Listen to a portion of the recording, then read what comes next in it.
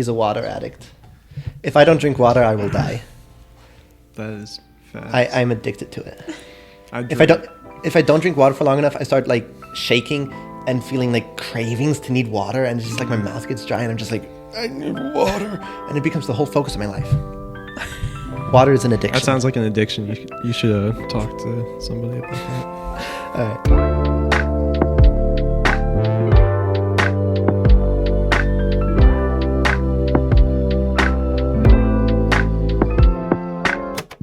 Hello and welcome back to the SPIRE Podcast. Sadly, we don't have Fulton with us. A big storm came through and he works for a roofing company, so he's really busy right now fixing people's roofs.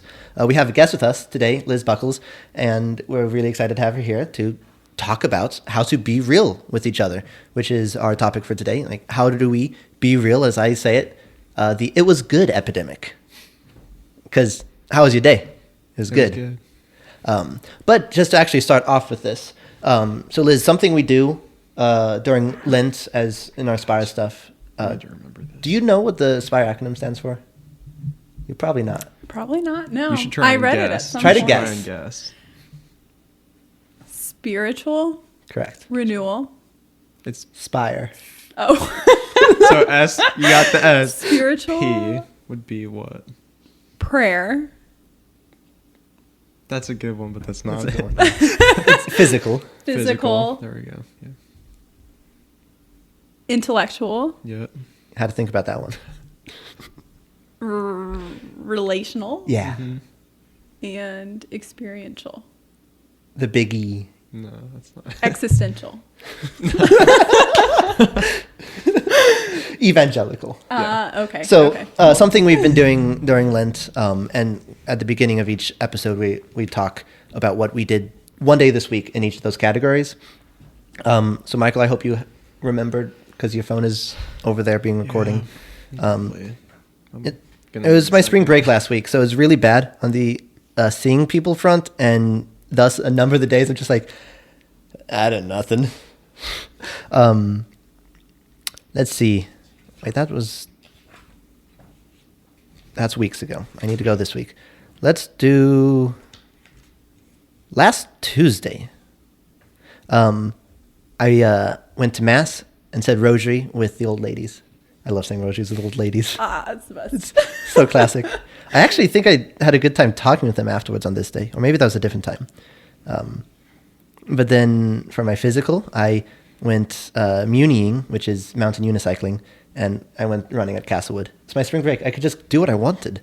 For my intellectual, I did spend about 40 minutes reading a paper for research purposes. Still don't understand it, but it hurt my brain. For my relational, I'm just going to say existing in nature and then trying to form a relation with self. That makes no sense, but that's what I wrote down. That's my relational.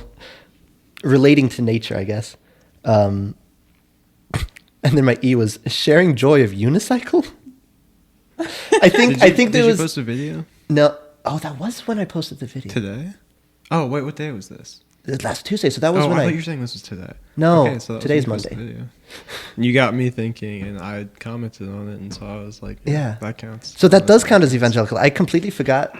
I was just riding my unicycle, and it's like, I've been really wanting to talk about the concept of freedom. So then I just recorded 10 minutes of me talking about what freedom actually is. Oh, that's While on my unicycle. It was fun. I posted it on my YouTube channel. So that was my SPIRE for this last week. Michael, what about you? So my phone's over there. I'm going to try and I'm not going to try. I'm going to say today, because that's the easiest one for me to remember. Spiritual. My family is doing this like 9-month novena to Our Lady of Guadalupe. It's, I think it was Cardinal Burke. It's Cardinal Burke thing. So that, and then I am planning on saying the rosary either on the way to volleyball later or on the way home. So that'll be my spiritual. Physical, I'm going to play volleyball. Intellectual, I was listening to a podcast. Alex O'Connor and William Lane Craig. Doesn't matter if you know who they are. I don't know if you do. They were talking about just some Old Testament stuff. What was that? That was intellectual. Relational. I on my break at school today, I was hanging out with Dominic and Seth for a while, and then evangelical, I'm doing this. It does So count. that's- It does yeah. count. All right. So for It's you, always Liz, my cop-out answer. we're I'm not going to gonna make you do anything everything else. because that's way too mean for a guest to be like, so what do you do in your daily life? But just think back, sometime during this last week, one of those topics, maybe something we said stuck out to you, is like, is there something you did this week that's just like, that was what I did to be physical or to strengthen my intellect or my relationship with someone? Is there something in particular this week where it's just like, this is what stuck out to me and that you'd like to share with the world? Sure. I would say there's two things that stuck out to me. One, I went to a Bible study with Father Philip Clark. I forget. But One yeah. of those two. Yes. I think it's Father Philip Clark. Nope, that sounds wrong. Whatever. He's a priest at St. Alban. And I went with a couple of my friends one week, and then this past week I took my dad. And it was just really neat to hear all about the Old Testament, New Testament, how everything all flows together. Yeah, just beautiful. And then another thing I did was at work, one of my coworkers is Catholic, and a lot of times, like, if we're eating lunch, we'll just, like, I don't know, like, you just pray by yourself, and then, like, you just assume nobody else is gonna, like, pray with you or anything.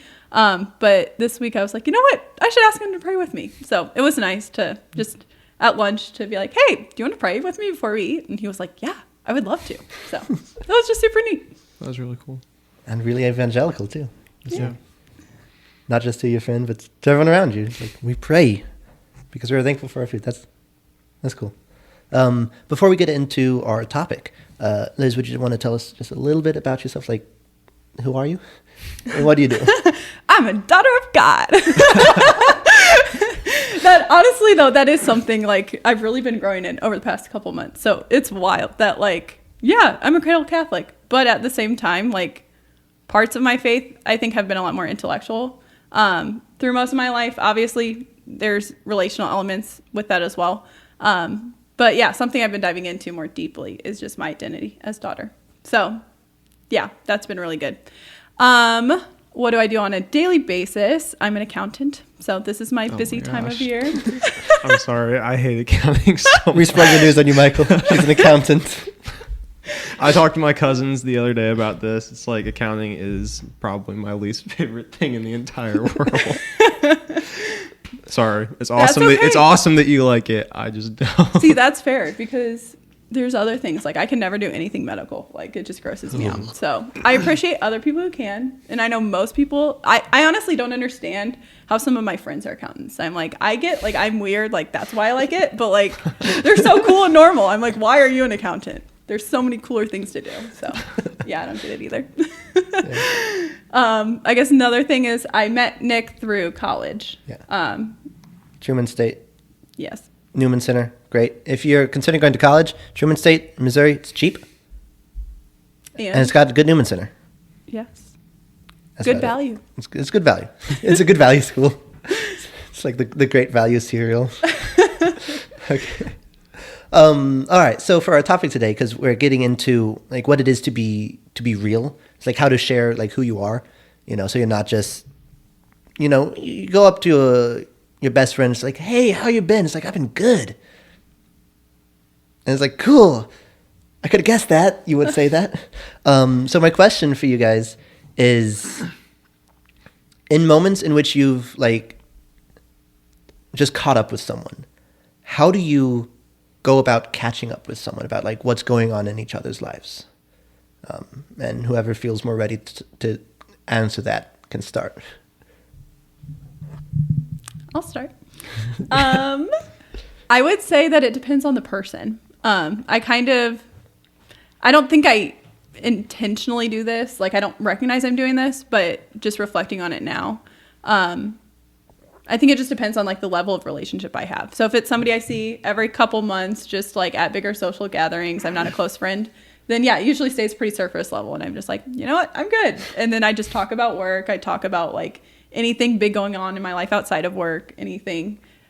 if we have mutual friends, if I'm doing anything with them that I think they might be interested in, pretty surface level. And then there's some people who I would say are like on the other end of the spectrum where like we just kind of like get each other. And like I don't need to update them on what I've been doing since last time I saw them, because like I feel like there's just a deeper connection there that it's like, yeah, we do care, but at the same time, like there's just so much more depth to our friendship that like we don't need to just stick with what you did since last time you saw each other. It can just go straight into like, oh, there's this one thing that reminded me of you, and let's just talk about that forever. Or like there's this one idea that's exciting to me, or like one thing I did, and let's just dive into that and just feed off of each other's energy. So that's my favorite way to catch up. But those are, just the people that you can really connect with. And then I would say most of my friends, I would say, are like in between those two. So I usually just kind of like try to think back on, oh, you would care about this part of my life, this part of my life, and this part of my life. Okay, like let me give you a quick rundown of all of those things and how close I am with the person, how much time we have. That kind of depends on how in-depth that rundown is. That was a good rundown. I would say pretty much the same thing. Cop out. I am going to continue. That's not it. One thing you said that really kind of like stuck with me is talking about people where you can like, you don't have to update them on everything that you're doing because you just kind of like get each other. There's a lot of people that, or not a lot, but there are people that I know that I've grown up with who I don't see them as much anymore just because like adult life and just have less time and whatever, and everybody has their own lives. But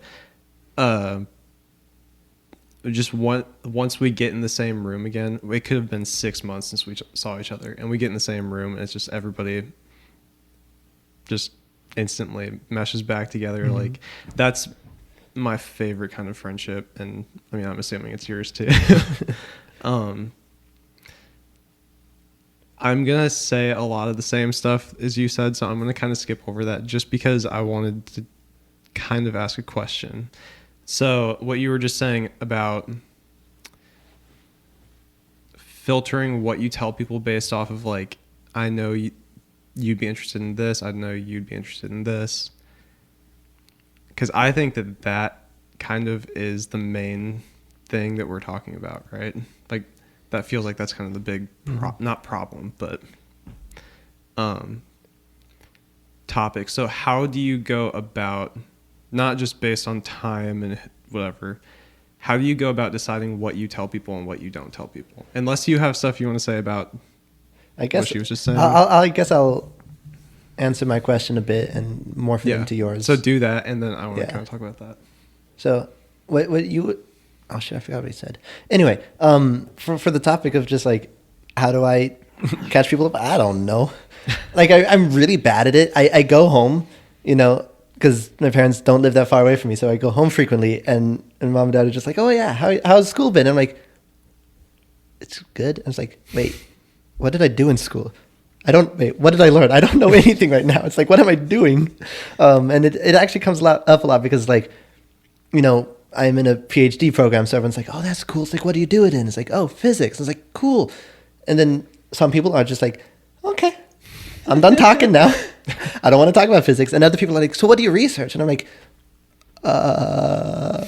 because I remember last week or a couple weeks ago or something like that, I went, WashU very frequently has speakers on various topics in physics, blah, blah, blah.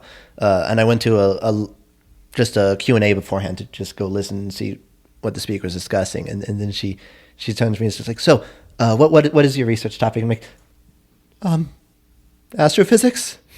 and I'm like, she's an astrophysicist, so like more detailed than that. It's like, wait, what am I actually trying to learn? It's like, that kind of seems like an important thing. I don't know why this is going where it is, but I think it's a big thing because, I find it really difficult to like keep people up to date with things. Because I remember when like you and other people your age graduated, the whole friend group was just like, okay, Nick, we got to remind you to keep everyone up to date with what's going on up here. So I remember getting texts just like, hey, make sure you tell Liz or Anna or this person or that person that like we're doing these things. I'm like, I would have never thought about that myself. So it's like, it's not natural for me to like want to catch people up with me. But like what Michael was saying about just, you know, when you just go meet up with friends who you haven't seen or talked to in 6 months, and it's just like, bam, and you're just doing the same stuff together. It's like, that's really cool because I don't need to catch them up because we just like being together. And I was going to morph it into the question that you asked, but I completely forgot. What question I asked? Yeah. So basically, like, how do you decide where to draw the line, I guess, in terms of what you're telling people? Yeah. Because obviously there's going to be some people that you tell less and some people that you tell more. But how do you determine where the line is and how much you're going to tell one person versus another person, and why, I guess, is the more important thing. Yeah. So I'll continue with my physics concept, because that happens a lot now that I'm in grad school.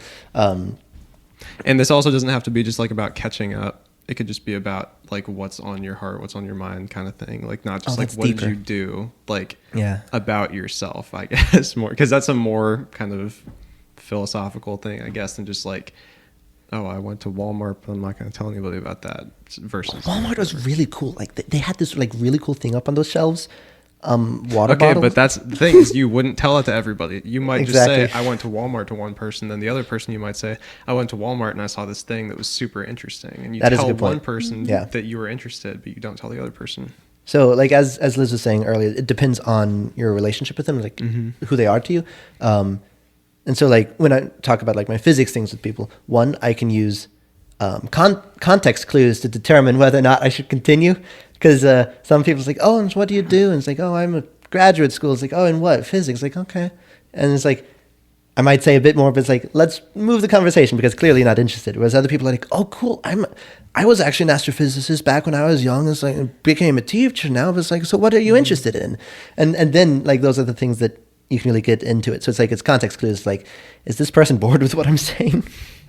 The answer is typically yes, but it's fine. But as for just like to share who I am, and just like, I'll have to come back to that. That's a difficult one. That's I think my biggest struggle in both my spiritual and my relational lives.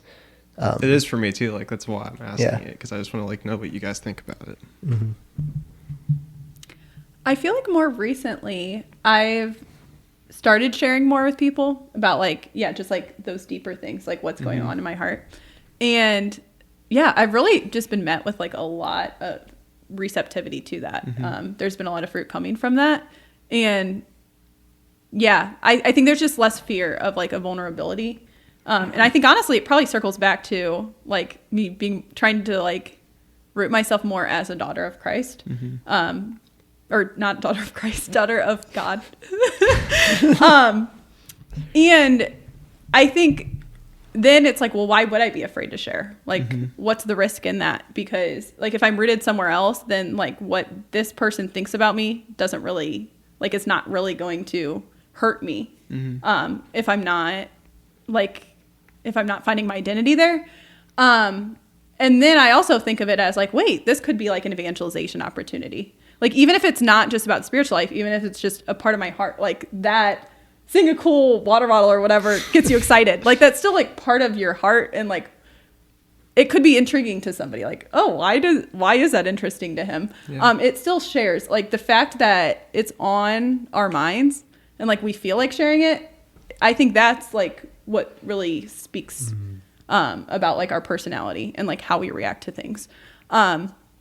So yeah, I think more recently when I would naturally suppress things, I'm like, you know what? I'm going to say this to them. Like, I don't know why they would care, but like, it's important to me right now. And ultimately, like, why we're talking to people is like, we're trying to get to know each other. And if you're trying to get to know the person, like, it honestly makes more sense for us to offer up things than for them to just ask questions, because they don't know the answer. So they can't predict like the best question to get to know you best, because they don't know you yet. That's a good point. So I think if you just, I don't know, share what's on your heart, like they're not going to know unless you share. Because I've had that happen before where I'm having a conversation with somebody and they keep like steering the conversation one way. And I'm like, I mean, I can talk about this, but like, I just don't really care that much. Like, oh, this other thing's really important to me, and like I can't figure out a way to get this in. So yeah, I think it's just more about like offering, like more freely offering up what's on our minds and what's on our hearts, and being receptive to what other people are offering and giving them a space to offer up what they are really thinking. That's a good point, because I think back on the big Rackers family gatherings when we all go, and the extended family all gets together at grandma's house or something. You know, a lot of the time the aunts or uncles ask questions, and it's like they'll ask a question, I'll answer it briefly in my style. Most questions I actually answer briefly. If you're a listener to this podcast, you'd be surprised at that. Could have fooled me. But like if it's about myself and someone's asking me directly, it's like But yeah, it's like sometimes don't just wait for the question to be asked to share something, you know? Because I think that really kills a lot of the conversations I've had with like my aunts or uncles or people who I'm not like super close to. And it's like, I don't really struggle talking with my friends too much, but for someone who's like an acquaintance, it's just like, I don't know. But just like, yeah, I don't need to wait for them to ask a question of me for me to talk to them or respond to them. It's like, one, I can ask them questions, but two, I can also just volunteer information about myself for no apparent reason other than why not? And it might be a little fun. I think my favorite thing that anybody has ever told me regarding this topic, so I was talking to somebody and I was like ranting about music stuff. We were talking about a song that just came out, and I was like picking it apart, and I was talking about all the little musical things going on and like the vocal processing and whether or not it had auto-tune and whatever. I'm talking about all this stuff, and at one point, just in my head, I was like, oh, I should stop because they probably don't care about what I'm saying. And so I stopped and I like basically apologized, and I was like, sorry, I don't know why I did that. I don't know why I said that. I know you don't care, whatever. And this is like, I'm still not great at that. Sometimes I still do the same thing, but it's always going to stick with me because she said, never apologize to me again about talking about your passion, or never apologize to me again for talking about your passions, because there's no other way that I'm going to get to know you. And I was like, even though I still struggle with it, I think back on that so much. I'm like, nobody is ever going to know who I am if I don't share that stuff, because the music stuff is important to me, and that's such a big part of who I am. And so it's kind of like, if people ask you questions, they might ask you like, where do you go to school? The place you go to school isn't who you are. It's just something that you do or something that you did. So I guess, I don't know where I'm going with that, but it's the things that are actually you, the things that kind of make up who you are as a person, as opposed to just the things that you're involved with, whatever, are kind of the things that you should be sharing more. And I feel like I don't do a great job of that. And I feel like it's kind of the big thing that people don't do a great job at in general, where it's like, I'll talk about, oh, I used to be a delivery driver for this pizza place, and like, but that doesn't tell you anything about me. It just tells you something that I did.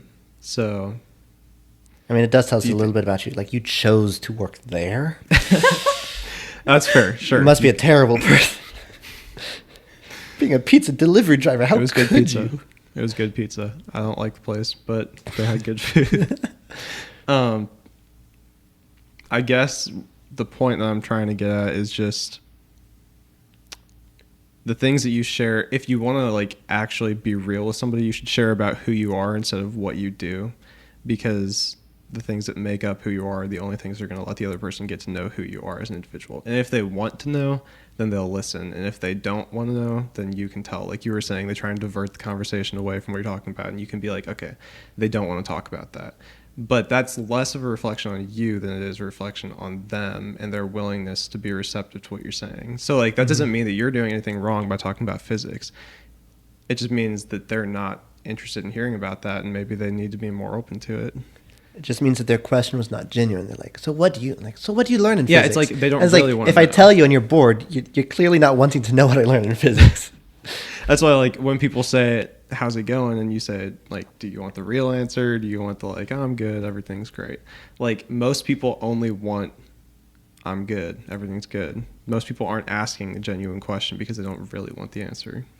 So I think that's just, it made me think of that when you were saying that you stop talking about stuff because you can tell people aren't interested. I think that that's less about you and more about them, just in my opinion. Yeah. Because what you were saying just made me really think, like, yeah, why is it that we so easily apologize for just being interested in something? You know, just talk about stuff. It's like, oh, I've been talking too long. I'm sorry. I shouldn't talk. I should, like, take control of this conversation. And it's like, well, what if they just like listening to you talk? And it's like, and honestly, that is something like that I've noticed in my own life. Like, the most attractive thing in an individual is their genuineness. So, like, Michael, when you're just like playing music randomly, I don't understand it, but you get this little smirk on your face, and I'm like, it's an attractive thing. Like, it's just something like that genuine smile that you get, that I see that you're enjoying stuff. I'm like, I now want to have a little part of that joy you're having with that. And like, that's such a cool thing to share. And in other people I've noticed, and just like when they're being genuine about some conversation that they love or a topic that they do, like they just have this exuberant joy with them. And it's just like, I'm jealous. Where can I get this joy? And how could I like view this in the way that you do? Because, you know, I've had conversations with people about stuff that I don't really like. It's like, I don't really like this topic. It's kind of boring. I've yet to have a good conversation with someone about biology, but that's just because I hate biology. But no, it's like if there's someone who like is legitimately interested and has a joy in like understanding biology and stuff, I would enjoy listening to them and hearing them talk about it, even though I'm like, this is painful in my head about biology. I don't know why. But just like that genuineness, it makes me jealous. And it's like, I want to share. And then I start talking a bit about something that's interesting to me, like, oh, I'm sorry, I'm talking too existential or blah, blah, blah, philosophical thing for you. And it's like, I'm sorry. And it's like, isn't that the very thing that you want other people to give to you? So why don't you give it to others? I don't know. Yeah, it's like I would be afraid to tell people about stuff that I actually care about, but then I'm like, I'll be like, oh, I'm good, enough about me. How about you? And I want them to tell me all the interesting stuff about them, and I get annoyed if they're just like, oh, I'm good. It's like, why would I not just give them the exact thing that I want from them? That's an interesting way to think about it. I guess I hadn't really thought about it like that before. Yeah. I wonder if that comes from like just the uncertainty that people actually care, though. Yeah, definitely. And yeah, I think a lot of people don't care because you can't. I think this is something I've run into as well.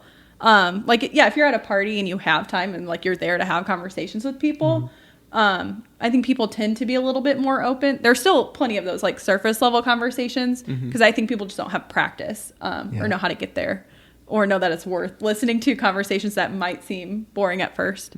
But I think more often those conversations happen when it's like you run into somebody somewhere and you're like, oh, like I wasn't like open to this right now. I was planning on just running errands. I wasn't mentally prepared.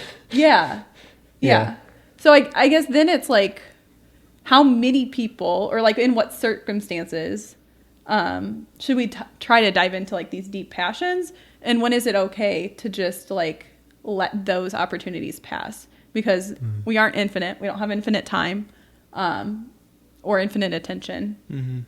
And we can't necessarily like dive into those deeper conversations with everybody, but maybe we can more than we think we can.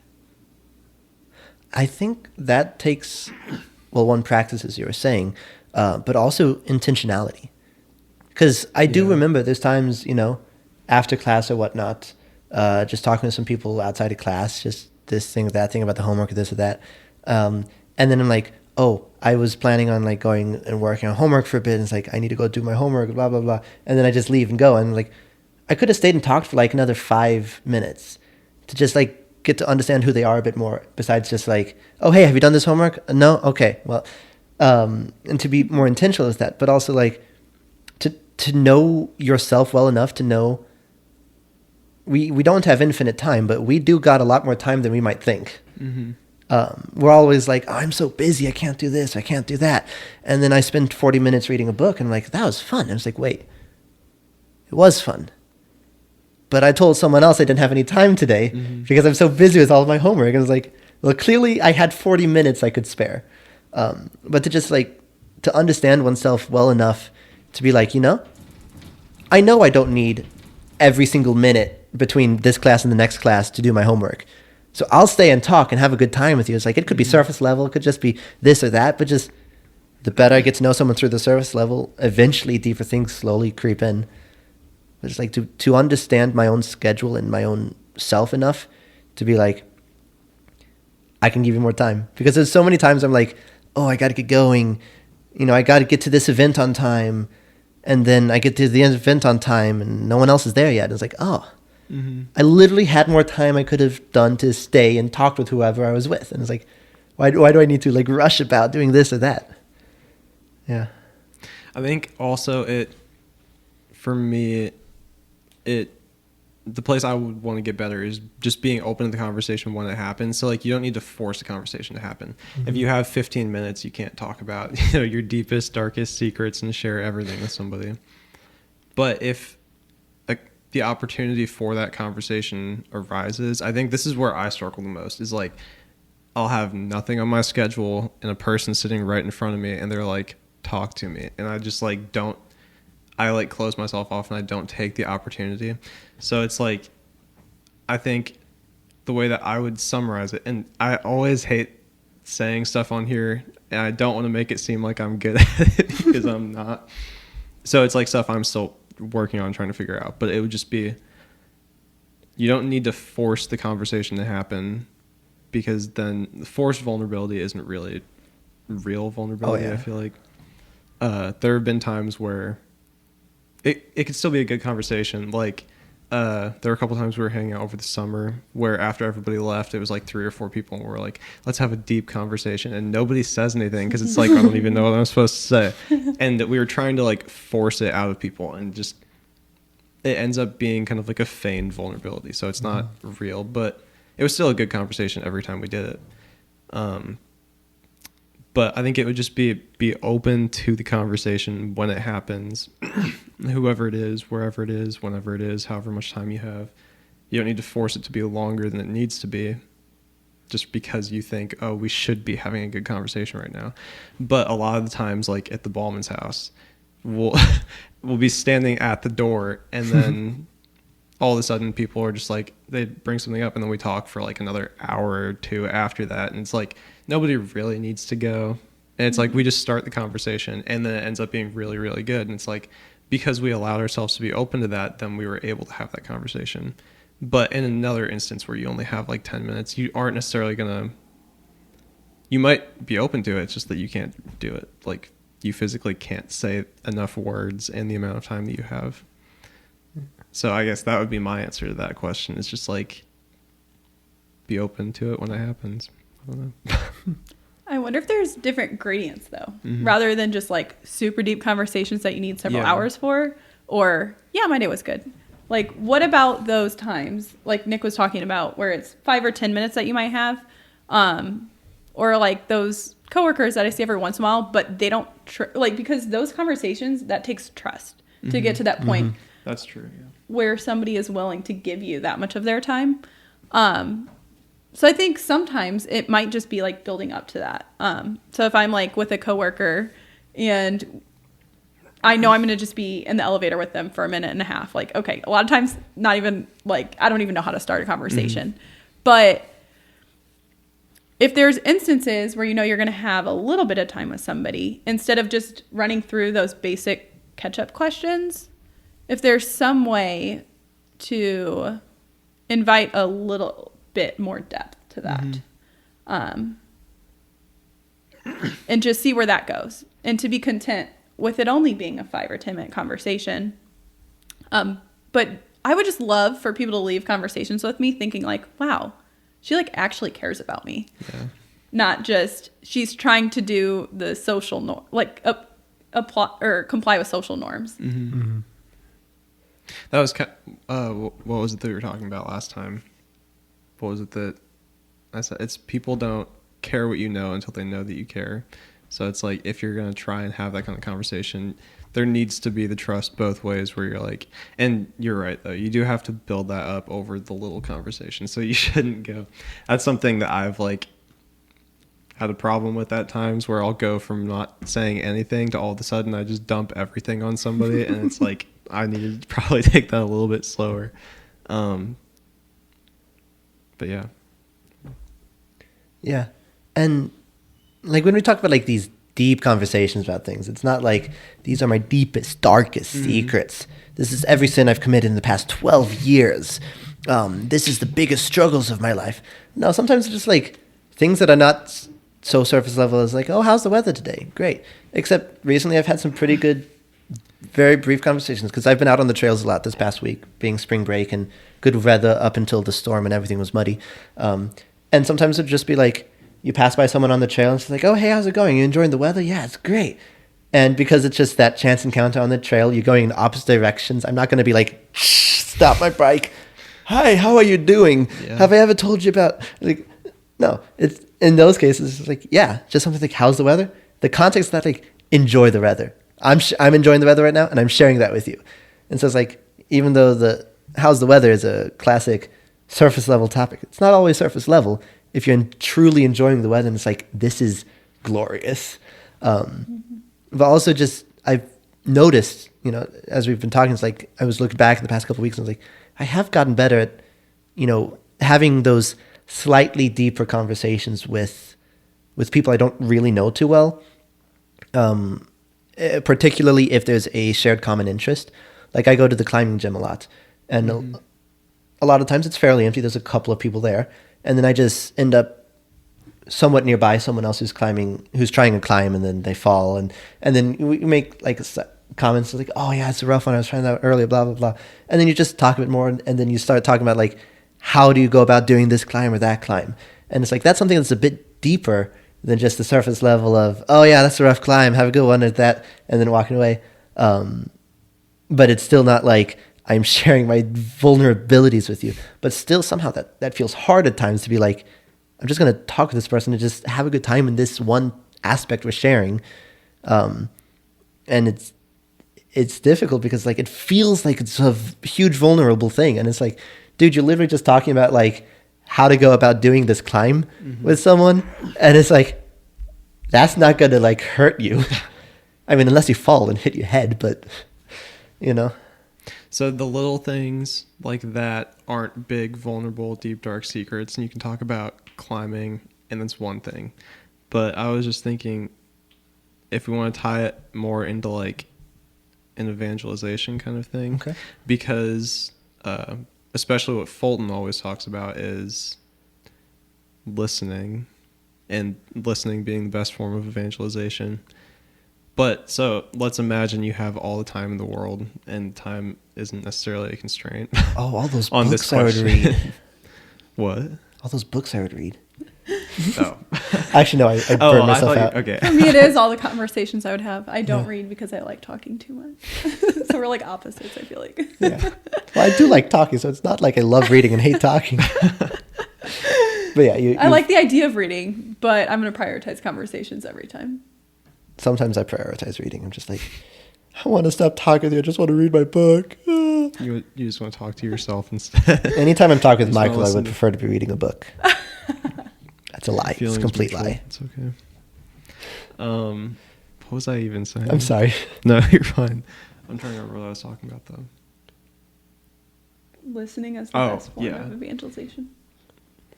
So obviously we're all here to, know, love and serve God, love your neighbor as yourself.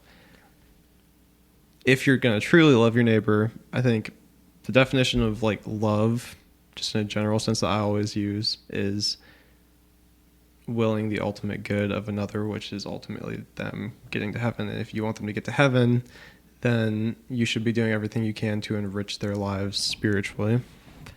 So I guess outside of this, I don't have a lot of super deep philosophical, religious, spiritual conversations. But in your guys' experience, how does that usually go if you try to? Because a lot of people think it's too personal. Jordan Peterson is a good example where people ask him, do you believe in God? And he's like, that's such a deep, personal, intrusive question. And he doesn't want to answer it. Has that been your guys' experience trying to talk to people about spiritual stuff? Not everybody, because obviously there's people you can talk to about spiritual stuff and they want to talk about it. But people who are a little bit more hesitant, because I know that's probably most people, honestly. If you just go up to a random person that if you just like go into your contacts and you scroll through and you pick somebody and you try to talk to them about spiritual stuff, a lot of people are going to shy away from that. So like what has been your guys' experience with that, I guess? Or those kind of conversations if you've had them? So I've done a lot of like discussion groups this past semester. Just like this discussion group reading Theology of the Body by Pope John Paul II and just reading a passage and discussing it.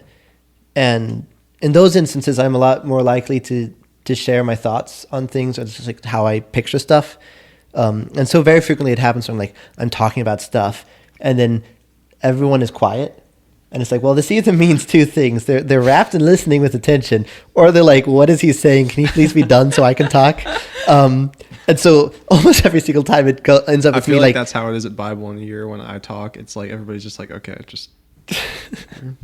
No, you're interesting. But just like so very frequently, it's just like then I start like trying to wrap up my thoughts really quickly, and it's like blah blah blah, and so it's kind of like that, and then I just stop randomly, probably in the middle of a thought, just be like, and that's that.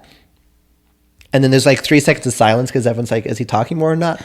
And that just makes it really awkward. And I'm like, I really hope that I'm trying to enrich your lives, and then you're not just like, I don't know what you're talking about, man. You're weird. How do people react though? Like if you have like outside of like a discussion group, how do people usually react if you try to talk about spiritual stuff? Like if you're talking to a friend or a family member that you don't usually have those conversations with, has that happened? I guess I shouldn't just assume that you like having all these conversations. I say I love having conversations, but I'm really bad at actually doing them. But yeah, it does depend on the person and the scenario, because most of the time I don't just like randomly am hanging out with like one other person. I've been getting better at that type of stuff, to be like, hey, the whole group's not getting together, but I can still get together with just like 1 or 2 people, and that's fine. But a lot of the times in which I try to like instigate something, when there's a group around, it's just like, well, I'm not the only pole in this room of like interesting things happening. And for a lot of people, a conversation where it's like, it takes a bit to get into it. And so it's not a lot less immediate. And so it's a lot harder to actually get into those conversations than it is to just go do some crazy thing elsewhere, or where people are being a bit loud, and so it's a little more exciting that way. And I definitely fall into this myself, in groups. It's just like there's people talking. It's like in every group there's like a gradient of people I want to talk to for various reasons, or this or that. And it's like, oh, this person's really good at talking about this person's really good at that. And so like a lot of times in a group I'm like, oh, I kind of want to go over to this section and join in on this conversation that they're having over there. Or this conversation over there. Like Michael and I have talked, like, I'm really good at being aware of all the different things going on in the room and all of the different conversations, and being like, I kind of want to be part of that one. I kind of want to be part of that one. And then I realize I'm completely not paying attention to the person in front of me. It's like, oh, wait, shoot, they were telling me something. Oh, no.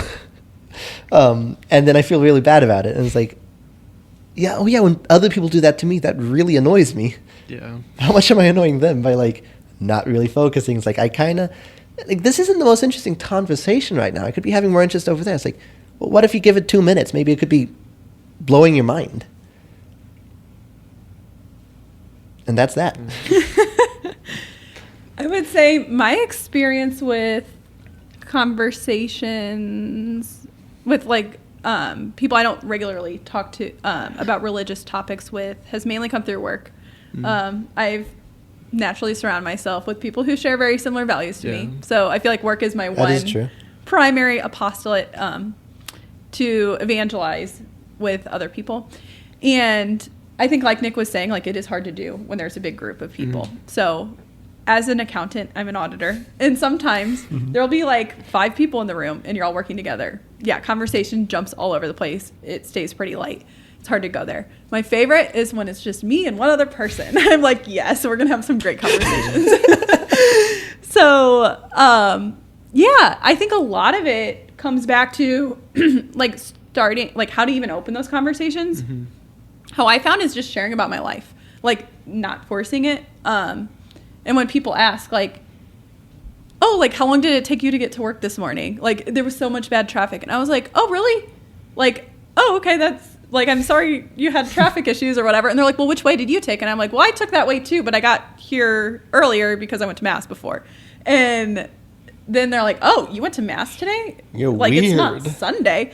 And they're like, how often do you go to Mass? And it's like, well, I try to go every day. And then they'll be like, every day? Like, that's an hour of your life. Oh my gosh. And I'm like, well, technically it's not an hour. It's every day. And then, like, I got into that conversation, spurred on to like an hour and a half long conversation. Yeah, I should have been working, but I was like, this is more important. Yeah. And then he was just asking all these questions, and it got into like Jesus and the Eucharist, and like, that's really God, and what is transubstantiation and mortal sin, and what qualifies as mortal sin, and all of these things. And then the next day he showed me, he was like, hey, look on my phone, like, you can see my search history. Like, I was looking up things about the faith. And one of the things is, he was a cradle Catholic who just was poorly catechized. And so I think a lot of times, like, it's people who like think they have an idea of what you believe, but don't have a full understanding. So I think there needs to definitely be an openness, but a lot of it is just like sharing about ourselves, like just things that naturally come up. I think we all live with God at the center of our lives. So like, obviously that's just naturally going to come up in conversation. Like, I'd have to hide it otherwise. So just letting those times shine through, and then the people who actually care and are open are going to ask those follow-up questions that are going to lead to those opportunities. And I think too, it's also how we present it. Because sometimes I'll present it in a way of like, oh yeah, I just like went to Mass and like try to hide it or couch it and make it sound not exciting and important. But then other times, like, sometimes managers will ask me like, oh, what are you doing this weekend? And I'm like, oh, well, going to seminary on Friday night for Nazareth night. And then I'm like going to this Bible study. And then I'm like hanging out with these friends doing this thing. And then and like a lot of it ends up being religious. And I'm like, well, there's no way to avoid it. Okay, I'm going to share it. And then they're like, dang, like, you do a lot of stuff with the church, don't you? And I'm like, oh yeah, I guess I do.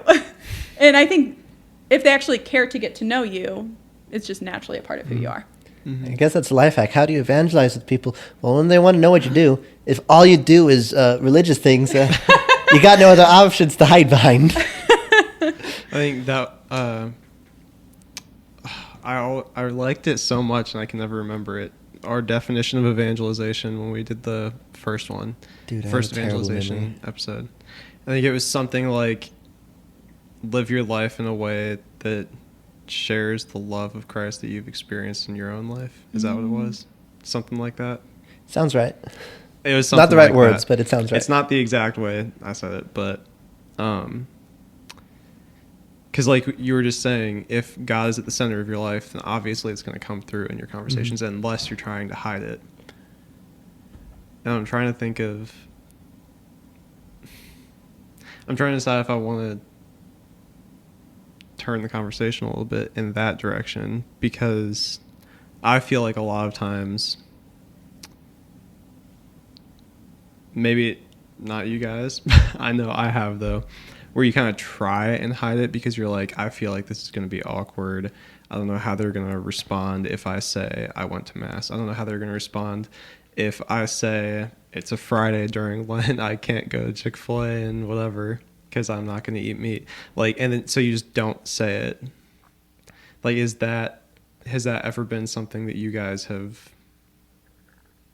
experienced, I guess, where you try and, because this could be an entire thing, because we were talking about don't be ashamed of your faith as an entire topic for an episode. But if we're just talking about in daily life, in conversations, like, has that ever been a problem for you guys where you find yourself almost not being ashamed of it, but feeling like, oh, I just probably shouldn't bring that up because whatever? Dude, yeah, that's like my whole life.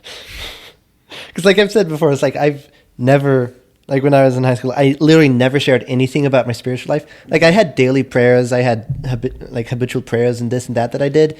And like, you know, when my brother came into the room to go to bed and stuff, I'd be like, oh no, hide the rosary under my blanket. What?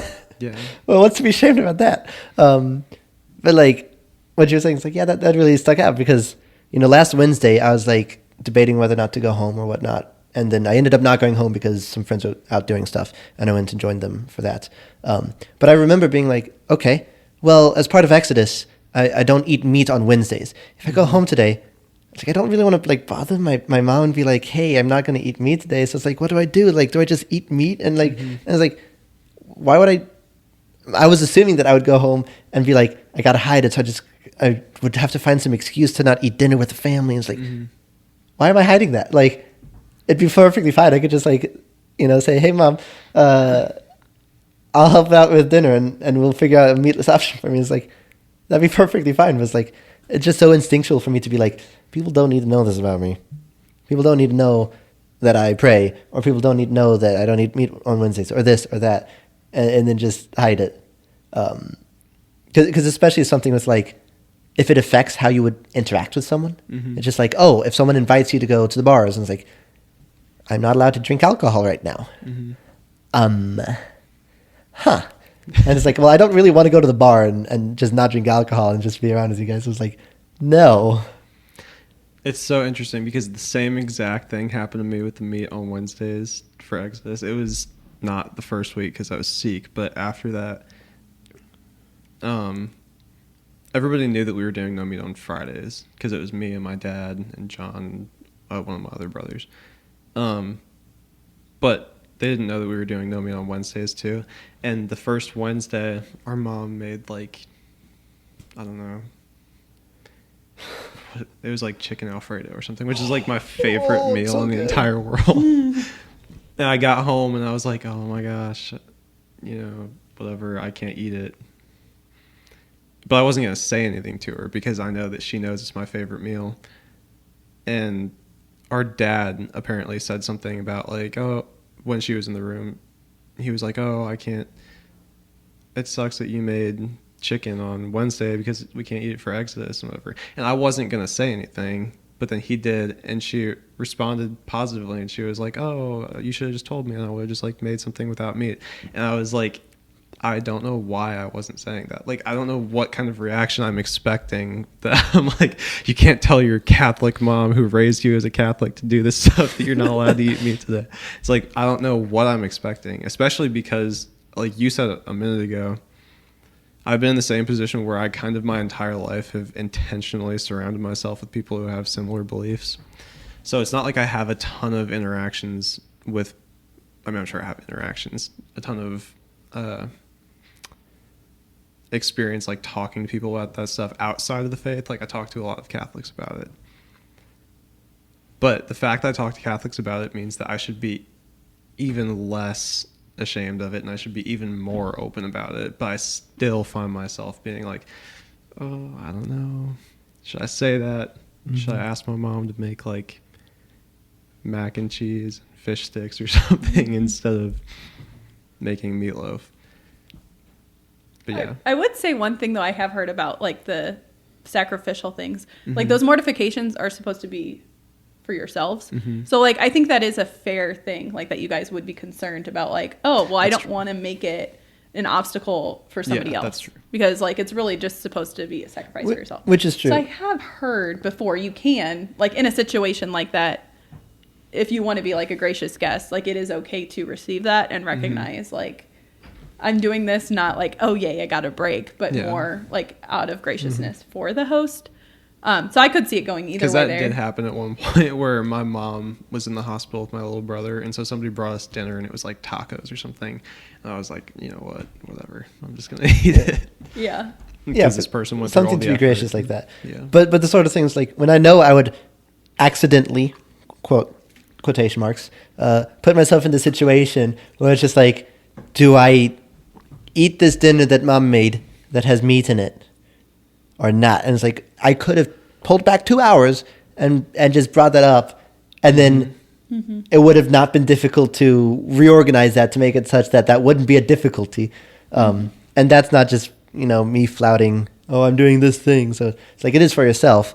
But also if you're like in looking into the future, it's like aware that I will be putting myself into this situation where I either, am a disgracious guest, ungracious guest, not a gracious guest, or I violate whatever fast I'm holding that day. And it's a personal decision because it's like fasting and whatnot. A lot of those things are not obligated to do. So it's like you have your personal decision and you can adjust it in times. But just like be aware of that and like you got to think about that beforehand. Because otherwise you'll just be like, well, if I just don't bring it up, then I'm going to have to be a nice guest. Mm-hmm. And I do really want that. that chicken Alfredo. Yeah. Do you ever feel like it's a problem not feeling ashamed of it, but almost feeling a little bit guilty because Jesus said when you pray, you go into your inner rooms and you lock the doors and whatever. So do you ever feel like if I bring up the fact that I went to Mass today and I said the rosary or whatever, and especially if you're talking to other Catholics who might not have done the same thing. Oh, yeah. Like, do you ever feel like bringing that up in conversation might make it seem like you're trying to be like up on your high horse and like I'm holier than thou art kind of thing? I would say that's where it comes to like, yeah, just being really aware of yourself and like what your honest intentions are bringing it up. And I would say most times when anybody's brought conversations like that up to me, it's always been inspiring and being like, wow, like they're doing that. That's amazing. Like, I wonder if I could, like, if they make that work with their crazy schedule, maybe I can make it work. So I think more often than not, it's probably Satan trying to prevent us from sharing things that are going to inspire us and be better for us. So I would say overall, it's just good to share the ways that the Lord has worked in our lives. And I was going to bring that back to the conversation we were having just a bit ago about, where was I going with that? About, I totally lost it.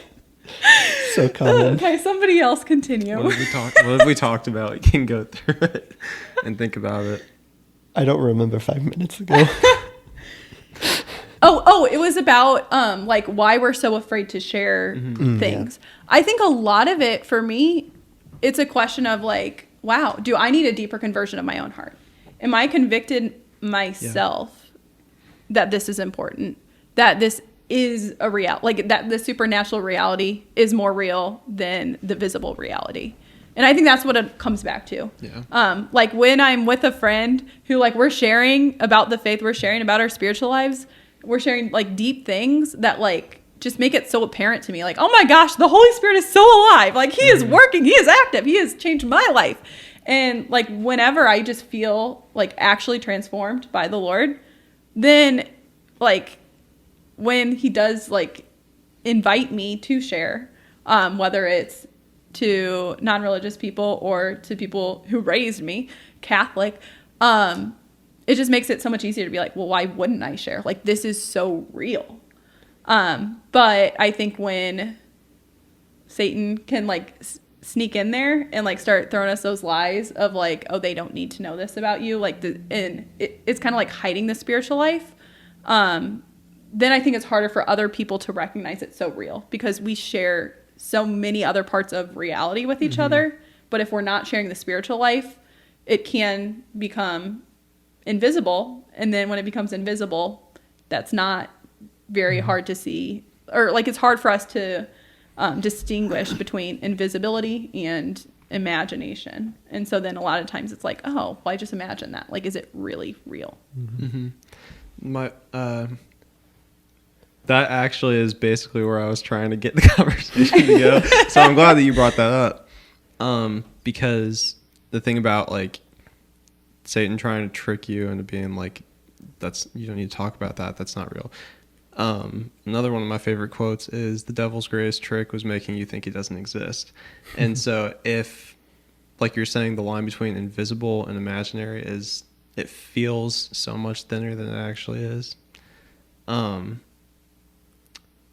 And yeah, that's the topic I wanted to get to. And again, we could talk about this forever of just like,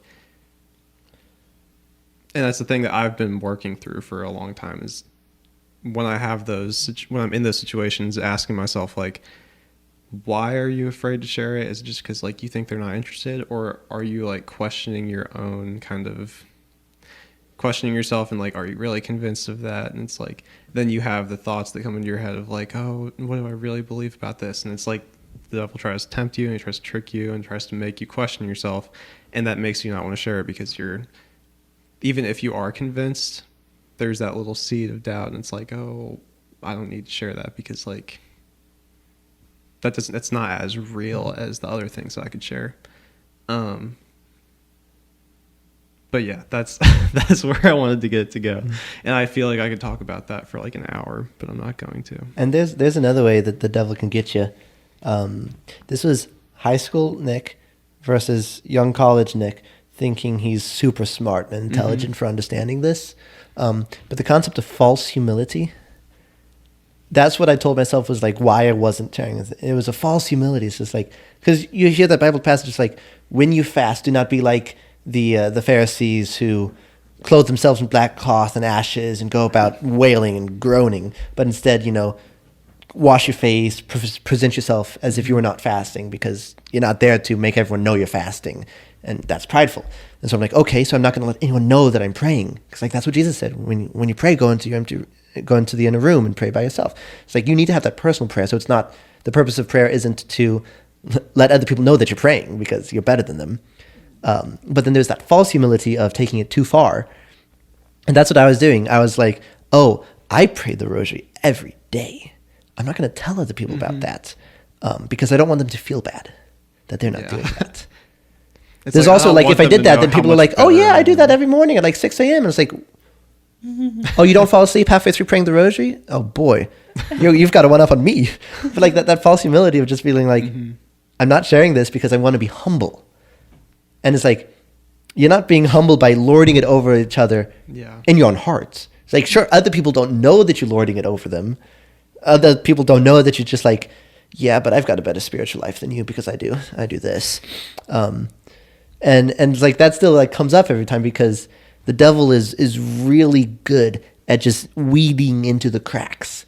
And pride is the root of all evil, and it comes up so easily. And it even comes up when we are lackadaisical about our humility. When it's just like, let it slide, and at some point that humility might start being a little false. And then it can get a little worse, and it can go a lot deeper. And when you were saying that, like, you go to mass every day if you can, I remember earlier this semester I was going to mass every day because I can do it. So like, why not? That sounds cool. And a lot of cool stuff was happening with it. And I haven't done it quite as much this past 2 weeks because I'm like prioritizing many different things. Like, okay, if I also need sleep, then maybe I don't go to the 7 o'clock mass. I don't know. Decisions have to be made every day if you want to go to a daily mass.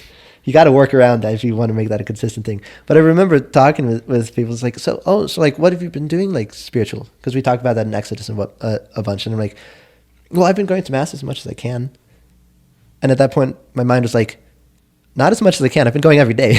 like I was trying to hide the fact that I was going every day. Maybe in this false humility sense, or maybe because I didn't want to embarrass someone who's like, but I'm not doing that every day. I don't really know why. But it's just like using words. It's like, I've been going as much as I can. I'm not lying there as much as I am able, and I'm able to go every day. But it makes me think like, oh, I'm going as much as I can, like a couple times a week.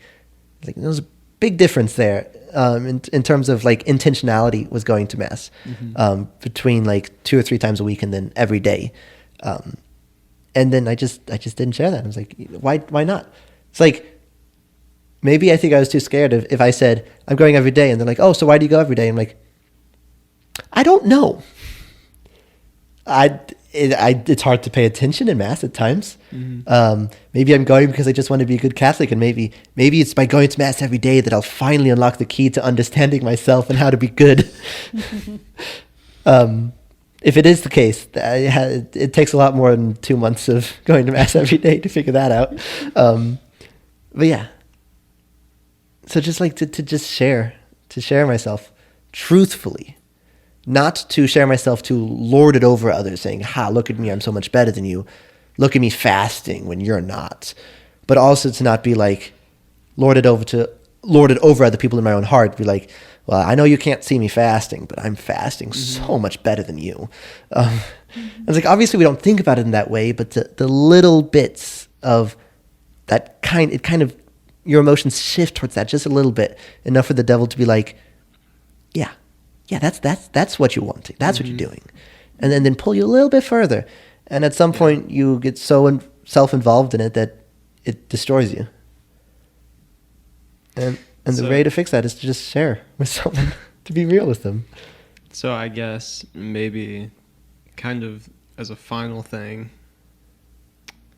you kind of were just saying it, which is what made me think of this. But if you had to pick one thing to tell people, try to do this or try and work on this, if you want to be able to open yourself up to more genuine interactions with people, what would that be?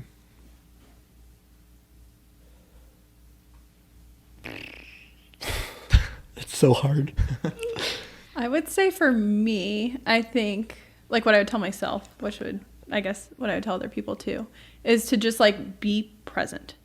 I think sometimes why before when we were talking about like being so vulnerable, like why it feels more vulnerable sometimes to connect with somebody at the rock climbing gym rather than connecting with like a friend in a very deep way, is because like we don't expect to get anything out of that. Like if it's just a short interaction with somebody.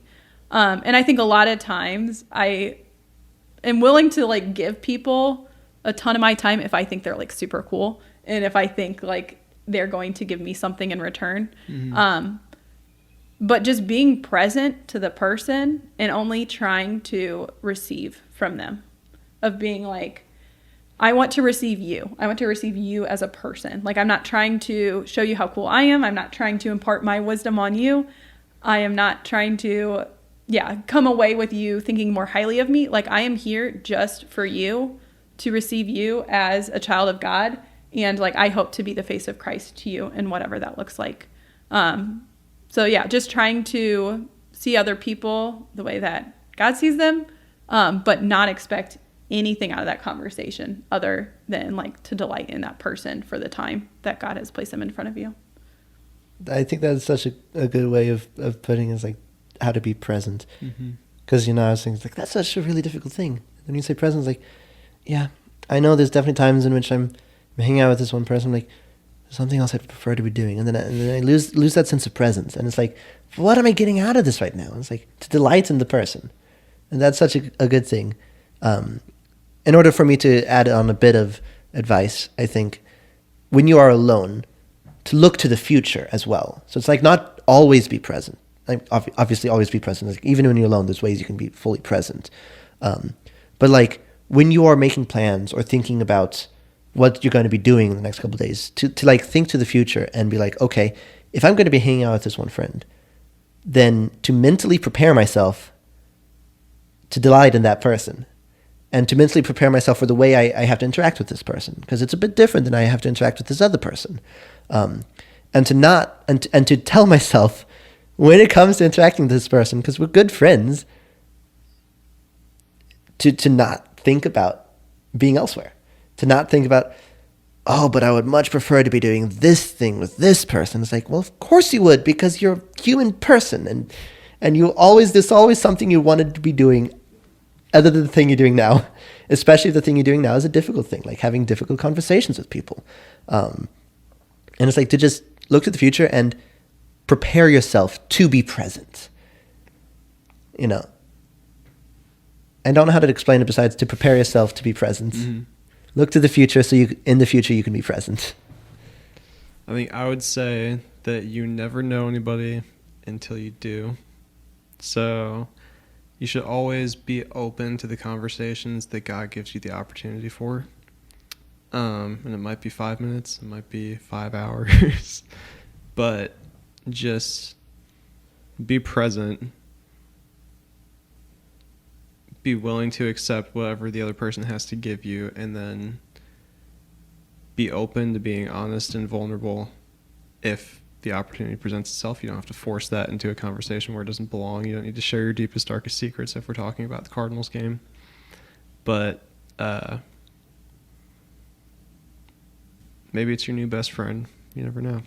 Like, you could be talking to the person who you're going to talk, like a conversation you have tomorrow with a person you've never met, that could be your best friend for the rest of your life, and you might talk to them every single day for the rest of your life until you die, and you won't know unless you have that conversation with them. So yeah, just be open, and I think that's all I have to say. That's a really good way of wrapping up. You said something very particular that I was like, that's so cool. I also completely forgot about it. But when I listen back, I'll remember. What? You never know anyone until you do. Oh, I love a good tautology, but it's what you said right after that. What did I say after that? I don't know. We'll figure it out later. We'll figure it out. It's the sort of thing. It's like I was listening so attentively that I forgot what I was listening to. You're being present. I was being present, so I forgot the past.